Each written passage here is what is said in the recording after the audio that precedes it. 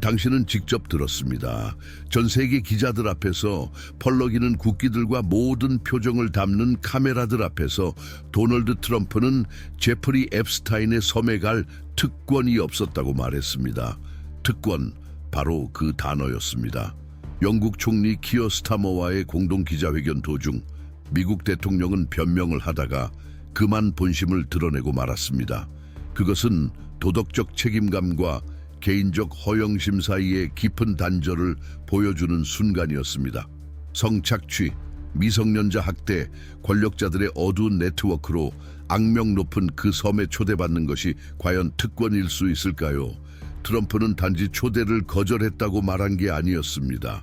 그는 못 가서 아쉬웠다고 말한 것이었습니다. 마치 한 사회적 기회를 놓친 것처럼, 마치 다른 상황이었다면 기꺼이 그 명단에 들고 싶었다는 듯이 그는 가고 싶지 않았다. 그런 끔찍한 일에 연루되고 싶지 않았다고 말하지 않았습니다. 그는 단지 특권이 없었다고 했습니다. 마치 독수리 무리의 클럽에 입장하지 못해 안타까워하는 사람처럼, 마치 기회를 놓쳤다고 여기는 사람처럼. 이건 어려운 질문이 아니었습니다. 아니요 라고만 해도 충분했을 것입니다. 어쩌면 앱스타인과의 어떤 연루도 전적으로 부정합니다 라고 말했어야 했습니다. 하지만 도널드 트럼프는 진실이 아플 때 단순하게 말하지 못합니다. 그는 언제나 말장난과 비교, 공격, 더 큰 이름들을 불러 세우며 자기 방어를 시도합니다.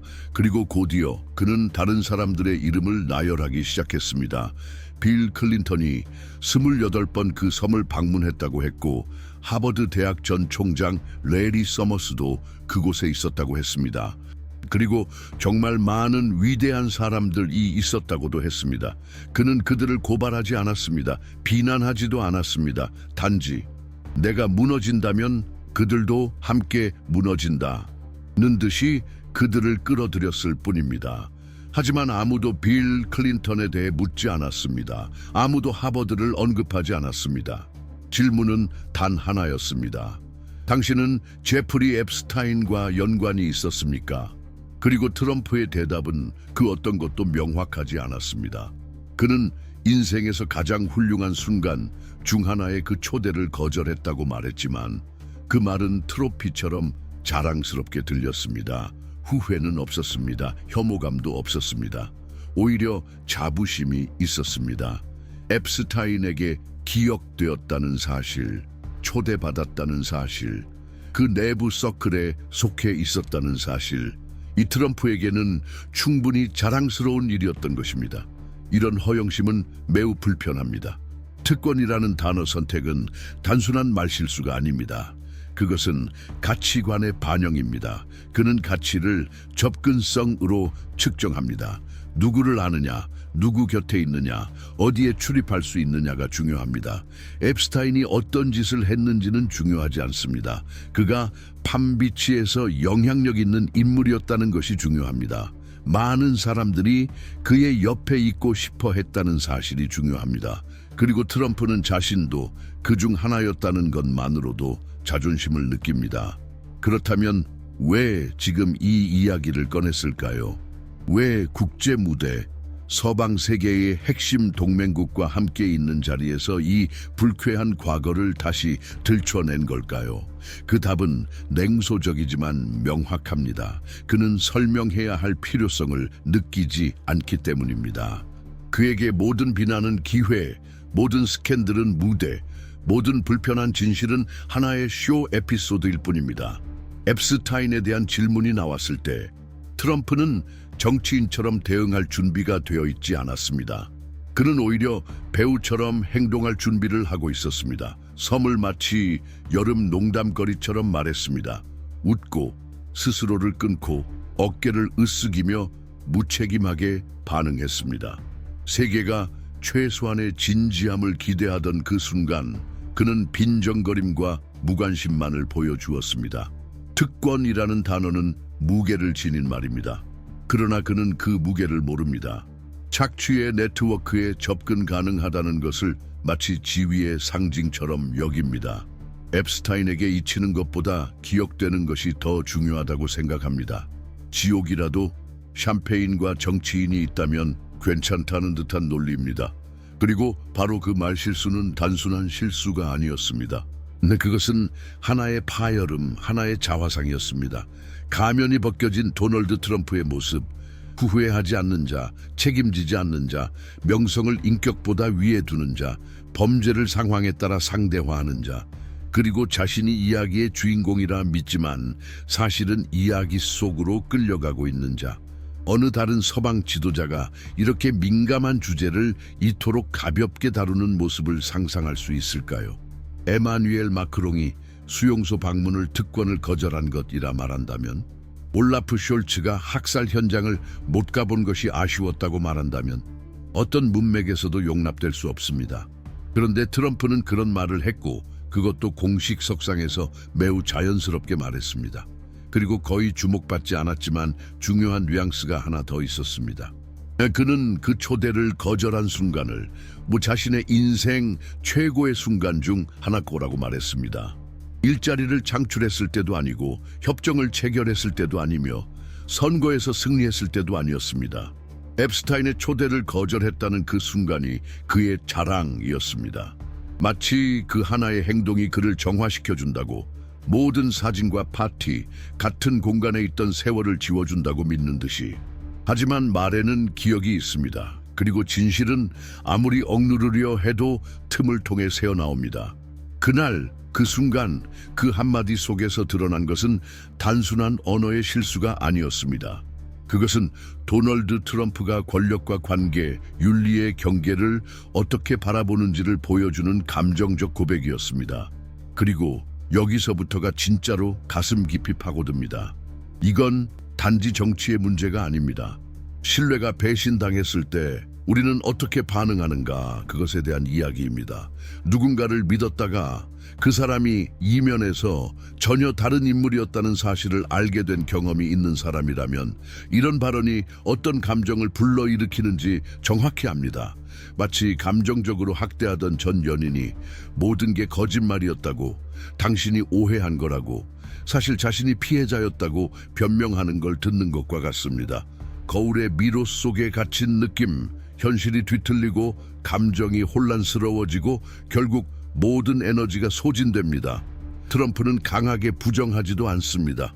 기록된 학대들을 분명하게 비난하지도 않습니다. 그는 오히려 과정을 공격합니다. 이름을, 증거를, 수단을 공격합니다. 마치 그 내용이 누가 밝혔느냐에 따라 무의미해지는 것처럼 말입니다. 독이 되는 관계를 겪어본 사람은 압니다. 책임이 자기 자신에게는 절대 없고 늘 남 탓을 할 때 그건 숨기고 싶은 무언가가 있다는 신호입니다. 이 기자회견을 보는 많은 사람들은 이미 정치에 대한 신뢰를 잃었습니다. 이미 수많은 공약에 배신당했고 멀리 있는 권력자들이 내린 결정이 자신의 삶에 어떤 영향을 끼쳤는지를 몸소 겪었습니다. 어떤 부모는 정치인들이 경제가 아주 좋다고 말할 때 장바구니 가격이 치솟는 걸 눈앞에서 봤습니다. 어떤 여성은 아이를 혼자 키우면서 공적 인물들의 성 스캔들을 지켜봐야 했습니다. 어떤 남성은 직장을 잃었고 그걸 두고 정치인은 게으르다고 단정지었습니다. 그리고 지금 많은 이들이 속이 뒤틀리는 걸 느낍니다. 한 나라의 대통령이 앱스타인 같은 포식자와의 관계를 아무렇지 않게 말하는 장면을 보면서 더 잔인한 건 트럼프는 자신이 무엇을 하는지 정확히 안다는 사실입니다. 그가 나는 그 기록들에 별 관심 없다고 말할 때 그건 단순한 태만이 아닙니다. 그건 지지자들에게 보내는 신호입니다. 이건 중요하지 않아. 이건 시간 낭비야. 이건 적들의 조작이야. 이건 쓰레기야. 그는 성범죄 스캔들을 정치적 연료로 바꿔버립니다. 피해자들의 고통을 이야기하는 걸 그저 또 하나의 레토릭, 쇼의 대사로 소비합니다. 특히 끔찍했던 대목이 하나 있습니다. 그는 앱스타인 관련 기록들이 세계의 쓰레기들이 4해 동안 관리한 것이라고 말합니다. 만약 자신에 대한 무언가가 있었다면 이미 대선에서 쓰였을 거라고 주장합니다. 그 말투는 마치 커피를 주문하는 것처럼 아무렇지 않았습니다. 하지만 그 안에 담긴 인식은 끔찍합니다. 트럼프에게 진실이란 현실 그 자체가 아닙니다. 정치적으로 유용하냐 아니냐가 중요합니다. 사용되지 않았다면 존재하지 않는 겁니다. 선거에 영향이 없었다면 아무 의미도 없습니다. 그는 그런 세계관을 가졌습니다. 그에게는 윤리란 무의미한 단어고 타인의 고통은 단지 배경 소음일 뿐입니다. 이 기자회견을 보며 많은 이들이 자신의 과거를 떠올렸을 것입니다. 자신이 누군가에게 경고했지만 듣지 않았던 순간들, 누군가가 지위와 돈, 카리스마로 보호받는 걸 지켜봤던 순간들, 진실이 눈앞에 있는데 아무도 귀 기울이지 않던 기억, 그리고 지금 수십 년이 흘러 그 유령들이 같은 테이블에 앉아 카메라를 향해 미소 짓고 있는 걸 보게 된 겁니다. 트럼프는 거기서도 조롱하듯 크리스토퍼 스틸의 이름을 꺼냅니다. 그는 러시아와의 관계를 조사한 논란 많은 문서를 작성한 인물입니다. 트럼프는 모두 거짓이다, 모두 꾸며졌다고 말합니다. 하지만 앱스타인과의 진짜 기록들, 여행, 연락, 통화 기록에 대한 명확한 답변은 절대 하지 않습니다. 그는 대신 정보를 난사합니다. 사람들이 진실의 실마리를 잃게 만들려는 전술입니다. 그리고 냉정한 진실은 이렇습니다. 2025년 우리는 모두 지쳤습니다. 무엇이 현실이고 무엇이 조작인지 구분하려 애쓰는 것에 지쳤습니다. 사과하지 않고 공격만 하는 정치인들에 지쳤습니다. 거울을 보려 하지 않는 지도자들에게 지쳤습니다. 하지만 이 피로가 우리를 마베이 시켜서는 안 됩니다. 왜냐하면 그 혼란 속에서 이들은 잘합니다. 그들은 우리가 포기하기를 기다립니다. 우리가 지치기를 계산하고 있습니다. 그래서 지금이야말로 우리는 이 인물들을 제대로 이해할 필요가 있습니다. 그들이 권력을 쥐고 무엇을 했는가가 아니라 그들이 거기에 도달하기까지 무엇을 생각했고 무엇을 원했고 어떤 갈등과 집착을 품었는가. 그들의 젊은 시절부터의 모순들을 이해해야만 우리는 오늘의 세계를 덜 순진하게, 더 명확하게 바라볼 수 있습니다. 그래서 우리는 도널드 트럼프, 시진핑과 같은 세계 질서를 형성하는 인물들의 깊이 있는 전기를 다룬 이북을 소개합니다. 진심 어린, 명료하고 깊이 있는 이 자료는 이 인물들의 루트를 추적하며 오늘의 세계를 해석할 수 있는 도구를 제공합니다. 이 이북은 고정 댓글에서 확인하실 수 있습니다. 왜냐하면 역사는 카메라가 켜질 때 시작되는 게 아니기 때문입니다. 그리고 미래는 불편하더라도 진실을 마주할 용기를 가진 자의 것이기 때문입니다. 질문이 방 안중심에 돌처럼 떨어졌습니다. 기슬레인 맥스웰에게 대통령 사면을 고려하실 생각이 있으신가요? 그 순간 세상이 잠시 멈췄습니다. 질문은 명확했지만 대답은 전혀 그렇지 않았습니다. 도널드 트럼프는 머뭇거렸습니다. 그가 압박을 받을 때 항상 하는 방식대로 행동했습니다. 주제를 비틀고 흔들리고 연문을 찾듯 얼버무립니다. 하지만 이번엔 그 머뭇거림에 섬뜩한 편안함이 깃들어 있었습니다. 마치 그 생각이 전혀 이상하지 않은 것처럼, 마치 미성년자를 성착취 네트워크로 끌어들인 혐의를 받은 사람을 사면하는 것이 단지 선택지 중 하나일 뿐인 듯이 말입니다. 그는 아무도 그런 요청을 하지 않았다.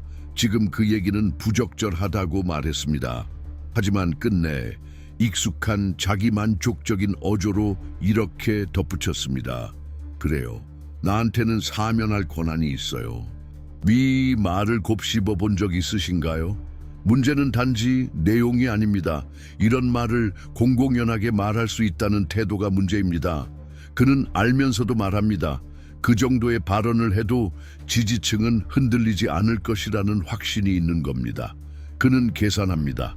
이 정도는 괜찮다고 생각하는 사람들이 실제로 존재한다는 것을. 단지 그 말이 기성 권력에 맞서는 진실처럼 포장되어 있기만 하면 된다는 걸요. 그런데 그 기성 권력이라는 것이 바로 이 특권, 비호, 면죄부의 네트워크라면요. 정말로 싸우는 대상이 부패 그 자체가 아니라 부패를 지적하는 능력 그 자체라면요. 트럼프는 언어의 경계를 시험하는데 특별한 재능이 있습니다. 그는 폭탄 같은 말을 던지고 반응을 관찰하며 피해가 크지 않으면 다음 말을 준비합니다. 국회의사당 침입을 옹호했을 때도 그랬습니다. 기자들을 감옥에 보내야 한다고 암시했을 때도 그랬습니다. 그리고 이번엔 수십 년간의 착취 구조를 대표하는 여성을 사면하겠다는 아이디어에 손을 댔습니다. 이쯤 되면 이야기는 전혀 다른 국면에 접어듭니다. 트럼프는 물러서지 않았습니다. 오히려 판돈을 2배로 올렸습니다. 그는 말했습니다. 앱스타인 관련 기록에서 내 이름이 언급된다는 소문이 돌기 시작한 이후 지지율이 올랐다. 그는 그 숫자를 전쟁 훈장처럼 자랑했습니다. 요지는 이겁니다. 아동 성범죄 스캔들에 연루됐다는 말이 나왔더니 더 인기가 올라갔다. 직접적으로는 말하지 않았지만 반복하고 암시하고 축하하며 그 뉘앙스를 분명히 남겼습니다. 잘 들었다면 그 말들 안에 독이 들어있었다는 것 느꼈을 겁니다. 지금 벌어지는 일은 윤리의 완전한 무력화입니다. 심지어 아동 범죄와의 연관성조차 선거 전략의 도구로 활용됩니다. 그리고 더욱 끔찍한 건 이름이 논란이 될수록 그 사람은 더 강력해진다는 믿음이 퍼지고 있다는 점입니다. 악명은 정치 자산이다. 범죄는 평판을 파괴하는 게 아니라 지지층을 강화하는 수단이다. 진실은 별로 중요하지 않습니다. 상대방보다 더 큰 소리로 외칠 수 있다면 그걸로 충분하니까요. 트럼프는 말했습니다. 앱스타인 건은 내 캠페인에 오히려 유리하다. 사람들은 그 얘기를 믿지 않는다. 대중은 이미 다 파악했다. 이 서사는 오히려 상대방에게 불리하다. 그리고 여기서 또 한 번 전환점이 등장합니다. 이제 트럼프는 부정조차 하지 않습니다. 기록에 이름이 없어서 문제가 없다는 식의 변명도 하지 않습니다. 이제는 말합니다. 이름이 들어있다 해도 상관없다. 오히려 도움이 된다. 그의 논리는 명확합니다. 현실이 중요한 게 아니라 영향력만 남는다. 그 순간 세상은 균형을 잃습니다. 끔찍한 범죄조차 마케팅의 도구가 됩니다. 그리고 더 비극적인 건 일부 대중이 그걸 받아들였다는 사실입니다. 박수를 치고 다른 누구도 못하는 말을 했다며 용기 있다고 찬양합니다. 하지만 아동 성범죄 의혹이 여론조사에 도움이 됐다고 말하는 것이 과연 용기인가요? 범죄 혐의자를 공개적으로 옹호하며 요청만 있으면 사면할 수 있다고 말하는 것이 과연 정의로운 리더의 모습인가요? 우리가 지금 보고 있는 건 단순히 정치의 타락이 아닙니다. 상식을 파괴하고 그것을 무기로 삼는 권력의 얼굴입니다. 그는 더러움을 화폐로 바꾸고 오류의 무게를 거꾸로 달아 그것을 인증 마크처럼 내세웁니다. 그리고 지금 이 순간에도 수많은 사람들이 세상에 배신당하고 길을 잃고 권위에 실망한 상태이기 때문에 이 왜곡된 서사는 매력적으로 들릴 수 있습니다. 트럼프는 기성체제를 무너뜨리는 사람처럼 포장됩니다. 하지만 실상은 그 체제의 가장 뻔뻔한 수혜자입니다. 그는 억만장자이면서도 민중의 언어를 흉내냅니다. 피고인이면서도 피해자 코스프레를 합니다. 포식자이면서도 양인 척합니다. 그리고 지금 이 영상이 당신 안에서 무언가를 일깨웠다면 채널을 구독해주세요. 이 영상을 좋아요로 응원해주세요. 무엇보다 당신의 생각을 댓글로 나눠주세요. 당신은 이 권력의 초상화를 어떻게 보고 있나요? 이 모든 것을 보며 어떤 감정이 드시나요? 함께 생각해 봅시다. 함께 목소리를 내며 갑시다. 침묵은 선택지가 아닙니다. 진실을 보는 것, 그것이 첫걸음입니다. 한 기자가 단호한 목소리와 흔들림 없는 시선으로 물었습니다. 도널드 트럼프와 제프리 앱스타인의 결별은 왜였습니까? 질문은 단순했습니다. 하지만 대답은 전혀 단순하지 않았습니다. 트럼프는 말했습니다. 앱스타인이 자신의 직원을 훔쳐갔다고, 자기 허락 없이 사람을 고용했다고, 범죄도 아니고 학대도 아니고 성착취도 아니었습니다. 그를 화나게 한 건 직원 문제였습니다. 트럼프는 말했습니다. 한 번 경고했고 두 번째에는 그를 내쫓았다고, 마치 아파트 입주민끼리의 다툼을 설명하듯 말했습니다. 결별의 이유는 비즈니스적인 배신이었다. 예의 없는 행동이었다. 그리고 그 모든 설명 속에는 인간 착취 시스템과의 거리두기는 없었습니다. 당신도 혹시 스스로에게 거짓말을 반복하다 보면 어느 순간 그것이 진실처럼 느껴지는 경험 해보신 적 있나요? 바로 그런 느낌이었습니다. 마치 트럼프 본인조차도 이 이야기를 너무 여러 번 반복한 나머지 진짜가 무엇이었는지 잊어버린 것처럼, 혹은 기억하고 있지만 고의로 지우고 싶었던 것처럼 결과는 같았습니다. 지탱되지 않는 이야기로 감당하려는 무리한 시도. 말 한마디 한마디가 나올 때마다 수년 동안 그가 만들어온 이미지에 금이 가기 시작했습니다. 이제 그는 도덕적 기준으로 앱스타인과 결별한 지도자가 아니었습니다. 그저 직원을 빼앗긴 것에 분노한 부유한 남자일 뿐이었습니다. 자기 영토에 누가 발을 디뎠는지에 집착하는 억만장자. 대체 어떤 가치관이길래 성착취는 참을 수 있지만 집사 한 명이 다른 집으로 옮겨간 건 못 참는 걸까요? 이건 단지 말투의 문제가 아닙니다. 하나의 증상입니다. 수많은 혐의에 둘러싸인 한 남자가 자신의 자아를 지키기 위해 윤리보다 자존심을 우선시하는 이야기를 만들어내는 순간, 그는 세상에 말하고 있었습니다. 나에게 중요한 건 정의도 책임도 아니다. 오직 통제다. 누가 드나들 수 있는지에 대한 통제, 사실의 해석에 대한 통제, 도저히 받아들일 수 없는 현실조차 어떤 단어로 포장할 것인지에 대한 통제. 왜냐고요? 그는 성폭행이라는 단어를 쓰지 않았습니다. 인신매매라는 표현도 사용하지 않았습니다.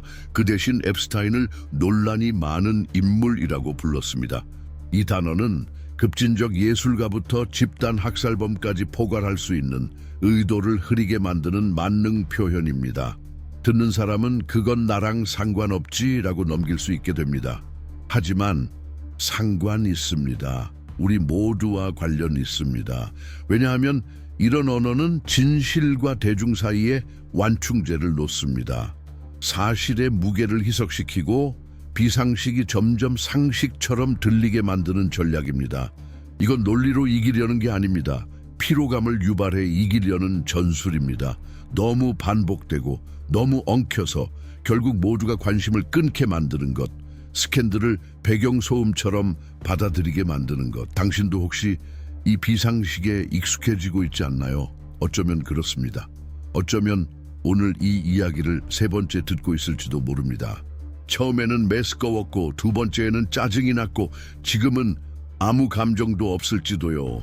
그저 수많은 실언 중 하나처럼. 바로 그게 위험입니다. 감정이 마비되고 분노가 취미가 되고 진실이 무력해지는 순간, 트럼프는 단지 결별의 이유를 왜곡한 게 아니었습니다. 기억 자체를 재구성했습니다. 앱스타인이 도움을 훔쳐갔다는 말을 반복하며 그는 진실을 직원 채용 문제처럼 바꾸려 했습니다. 착취와 학대를 고용상의 불화로 포장한 것입니다. 그러나 고통은 문서화되지 않습니다. 사라지지도 않고 잘못된 언어로 덮일 수도 없습니다. 그리고 그는 곧이어 말합니다. 앱스타인에게 생일 카드도 보냈다고, 그림도 넣어서. 중요한 건 그 발언 자체보다 그에 대한 반응이었습니다. 트럼프는 당황하지 않았습니다. 분노하지도 않았습니다. 그는 웃었습니다. 어깨를 으쓱했습니다. 그리고 이렇게 말했습니다. 나는 여자를 그리지 않아. 마치 문제가 미술적인 것인 양, 중심이 성범죄가 아니라 그림체라는 듯. 트럼프는 여러 번 반복해서 말했습니다. 나는 여성을 그리지 않는다. 마치 그게 중요하기라도 한 것처럼. 마치 문제의 핵심이 그림의 내용인 양. 마치 그 그림이 존재했다는 사실 자체는 아무렇지 않은 일인 양. 그가 지우고 싶었던 건 그림이 아니었습니다. 친밀함이었습니다. 편안함, 자연스러움, 두 남자 사이의 암묵적 유대감. 언젠가 같은 테이블에 앉아 같은 비밀을 나누고, 그리고 아마도 세상은 결코 알 수 없을 더 많은 것들을 공유했던 그 시간 말입니다. 그리고 떠오릅니다. 오래된 기억 하나. 2002년의 뉴스 기사. 판비치의 어느 저녁 식사 자리. 트럼프는 앱스타인 옆에 앉아 있었습니다. 주변에는 웃는 얼굴들, 높이 들린 와인잔, 분주한 웨이터들. 그날 밤 앱스타인은 특히 들떠 있었다고 합니다. 새로운 거래를 성사시켰고 다음 행사 초대장을 여기저기 나눠주고 있었습니다. 트럼프는 셔츠 깃을 살짝 풀고 술잔을 들며 농담을 주고받았습니다. 어색함은 없었습니다. 거리감도 없었습니다. 그저 부자들끼리의 또 하나의 평범한 저녁. 그런 밤은 도대체 몇 번이나 있었을까요? 얼마나 많은 이야기들이 카메라 바깥에 묻혔을까요? 얼마나 많은 쪽지, 카드, 비밀 농담, 공모하는 미소들이 오갔을까요? 그 시각, 집의 다른 방에서는 소녀들이 이용당하고 협박받고 내면이 무너지고 있었는데 말입니다. 이 질문들은 결코 편안하지 않습니다. 쉽게 답할 수 있는 질문들도 아닙니다. 하지만 반드시 던져져야 합니다. 왜냐하면 우리는 종종 잊어버립니다. 괴물은 항상 괴물의 얼굴을 하고 있지 않다는 것을. 때로 그들은 매력적입니다. 연줄이 좋고 머리 모양도 단정하고 통장 장원은 상상을 초월하고 수백만 명의 시청자를 보유한 방송을 진행하고 있습니다. 그리고 때로 그들은 카드도 보냅니다. 트럼프는 마치 앱스타인과의 동석이 우연이었던 것처럼 말하려 합니다. 하지만 그가 초대를 거절했다는 이야기는 이미 수많은 기록으로 반박되었습니다. 민간 경호 문서, 행사 일정표, 직원 증언. 2004년 앱스타인은 트럼프의 계열사와 연결된 재단에 기부했습니다. 2006년 두 사람이 마러라고 리조트에서 함께 웃고 있는 사진이 유명 잡지에 실렸습니다. 언제나 웃고 있었습니다. 언제나 그들보다 훨씬 어린 여성들과 함께 있었습니다. 하지만 특히 섬뜩한 사진 하나가 있습니다. 뒤뜰에 조촐한 칵테일 파티, 노란 조명이 깔린 가운데 찍힌 그 사진에서 트럼프는 앱스타인의 어깨에 손을 올리고 있습니다. 그리고 앱스타인은 정면을 응시합니다. 불편함은 포즈 때문이 아닙니다. 그 눈빛 때문입니다. 자신이 무엇을 하고 있는지 정확히 아는 눈빛. 주변 사람들도 아무도 눈을 들여다보지 않을 거라는 걸 알고 있는 눈빛. 솔직히 말해서 아무도 이 얘기를 하고 싶어 하지 않습니다. 메스껍고 화가 나고 무력함이 밀려오니까요. 하지만 침묵은 이 모든 반복을 허용하는 뿌리가 됩니다. 트럼프가 나는 여자를 그리지 않는다고 말할 때 그가 정말로 말하고 있는 것은 이것입니다. 나는 가까운 사이였다는 증거를 남기고 싶지 않다. 그는 자신을 방어하려는 것입니다. 현장의 지문을 지우듯 기억을 지우려는 시도. 집단 기억조차도 광고처럼 조작할 수 있다고 믿는 것. 하지만 그건 불가능합니다. 거짓에서 살아남은 이들의 눈빛은 더는 침묵하지 않습니다. 그들은 문서보다 깊은 감각을 가지고 있습니다. 반복되는 고통 속에서 길러진 직감. 목사에게, 아버지에게, 지도자에게 배신당한 적 있는 사람들. 조롱 속에서도 진심을 읽어내는 능력을 가진 사람들. 이제 그들에게는 이 회피의 연극, 낙서, 부인의 쇼가 더 이상 통하지 않습니다. 왜냐하면 이건 단지 한 장의 그림이 아닙니다. 이건 용납 가능한 것과 결코 용서받을 수 없는 것 사이에 그어진 선입니다. 그리고 트럼프는 비웃듯 옆으로 웃으며 말장난으로 멋있어 보이려 애쓰며 그 선을 짓밟습니다. 마치 이 모든 것이 흥정 가능한 것인 양. 하지만 흥정할 수 없는 것이 있습니다. 그중 하나가 바로 진실입니다. 영국과의 무역협정을 다루는 기자회견 자리였습니다. 하지만 트럼프는 갑자기 화제를 바꿨습니다. 마치 진실에 걸려 넘어졌는데 그걸 외면하는 대신 모두가 그저 돌멩이라고 믿게 만들기 위해 발로 차는 사람처럼. 블라디미르 푸틴과 전쟁에 관한 질문이 나왔을 때 트럼프는 이렇게 말했습니다.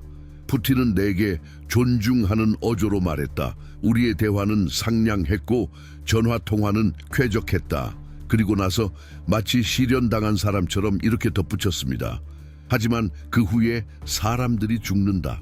네, 그의 표현 그대로입니다.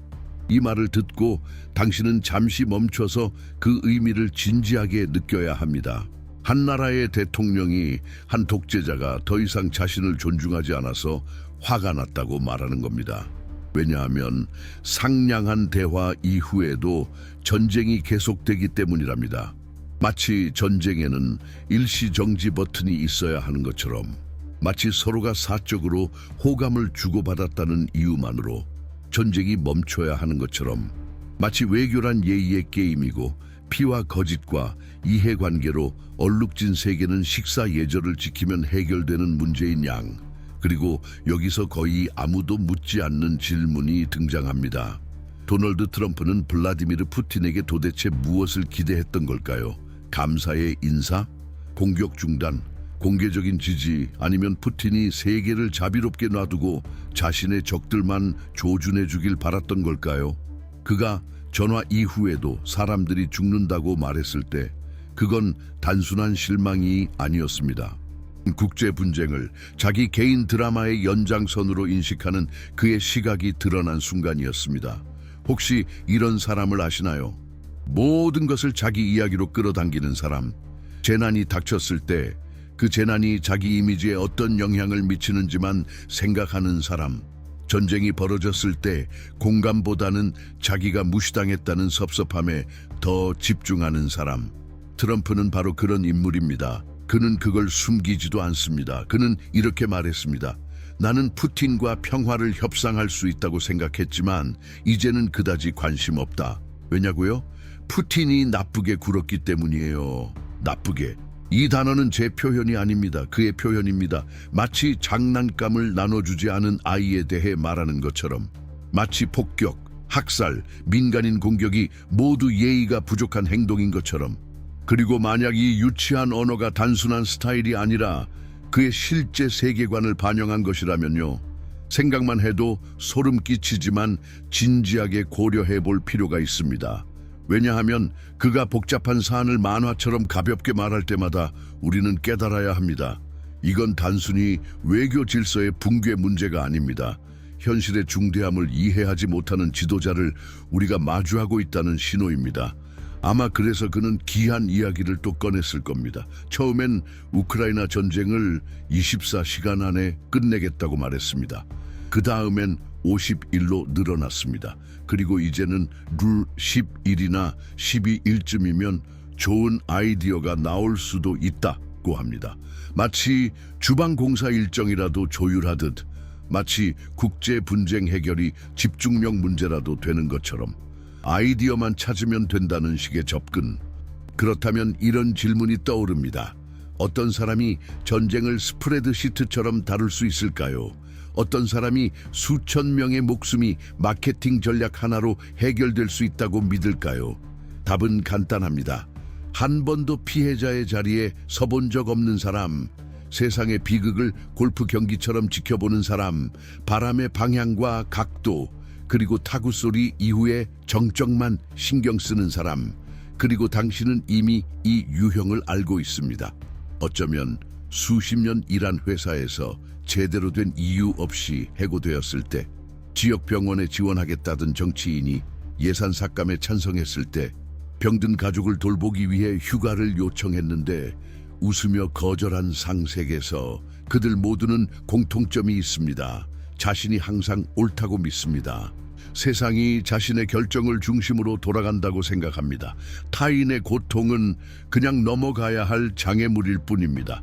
그리고 그런 사람이 세계의 정상에 오르면 그건 단순한 망신이 아니라 위험입니다.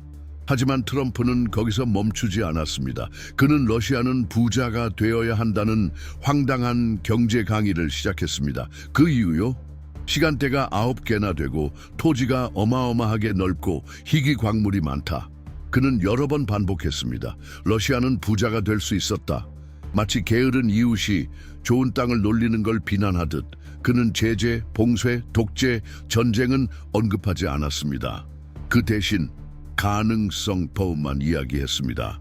마치 러시아가 경영을 잘못한 사업 자산이고 전쟁은 전략 실수라도 되는 것처럼.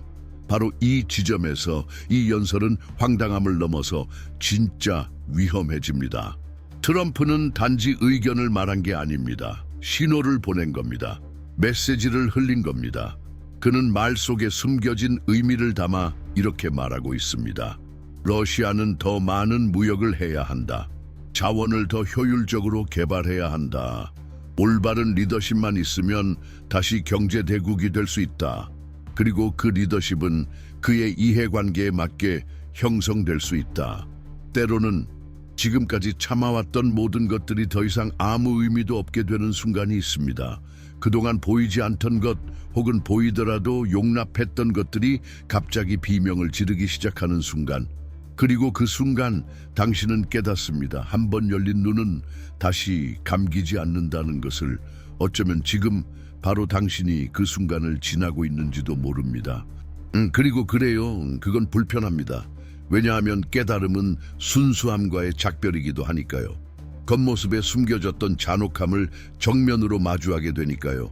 지도자들이 단상 위에서 타인의 고통을 비웃고 과거를 놀라운 손쉬움으로 왜곡하면서도 진실보다는 편안함을 택한 대중들로부터 환호받는 모습, 그걸 본다는 건 견디기 어렵습니다. 하지만 여기에 거의 아무도 말해주지 않는 진실이 하나 있습니다. 깨닫는다는 건 형벌이 아닙니다. 그건 특권입니다. 드물고 귀한 특권. 그리고 그것은 진정한 자율성의 시작입니다. 자신 있게 말할 수 있는 기회. 이건 나를 대변하지 않아. 이건 정의롭지 않아.